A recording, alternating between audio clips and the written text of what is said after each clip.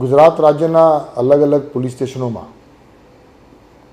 કોઈપણ ફરિયાદીની એફઆઈઆર દાખલ થાય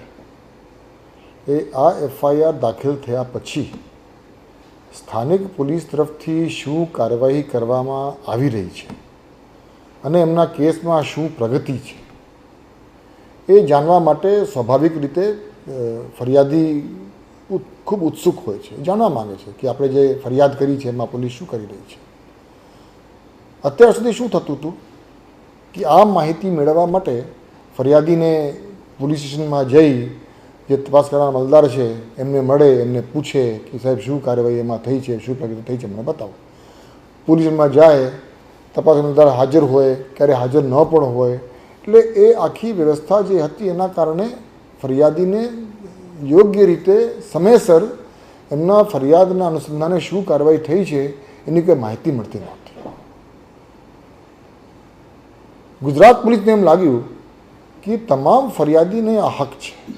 એનો અધિકાર છે કે એમને જે ફરિયાદ દાખલ કરી છે એમાં સ્થાનિક પોલીસે શું કાર્યવાહી કરી છે એ જાણવાનો એમને અધિકાર છે અને એમને સંતોષ પણ થાય કે પોલીસ તરફથી આ કાર્યવાહી થઈ રહી છે. હવે એના માટે આપણે એક સિસ્ટમ જનરેટ કરી. 14 મઈ 2025ના રોજ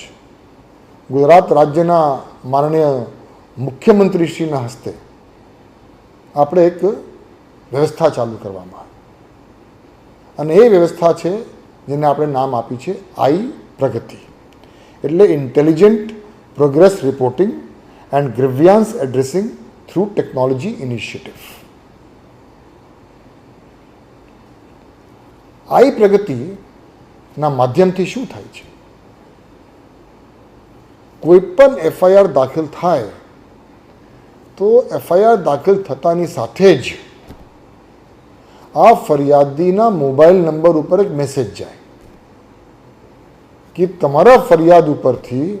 આ એફઆઈઆર નંબરની આ પોલીસ સ્ટેશનમાં આ તારીખે ગુનો દાખલ થયો છે.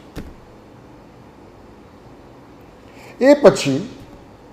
આ ફરિયાદના અનુસંધાને પોલીસ તરફથી કાર્યવાહી જે કરવામાં આવે, પંચનામું કરવામાં આવે, આરોપીને અટક કરવામાં આવે, ગુનાની ચાર્જશીટ કરવામાં આવે, એ તમામ જે પ્રગતિ થઈ છે એ પ્રગતિ પણ આ ફરિયાદીના મોબાઈલ નંબર ઉપર મેસેજ જાય છે કે તમારા ગુનાના કામે આજે પંચનામું થઈ ગયા, તમારા ગુનાના કામે આજે